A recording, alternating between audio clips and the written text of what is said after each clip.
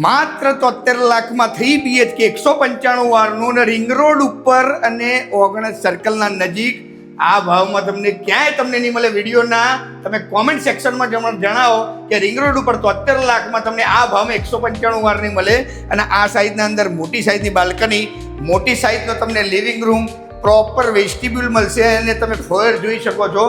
સુંદર મજાનું મોટું ફોયર તમને અહીંયા મળી રહેવાનું છે. અહીંયા તમારી ડાઇનિંગ સ્પેસ રહેવાની છે.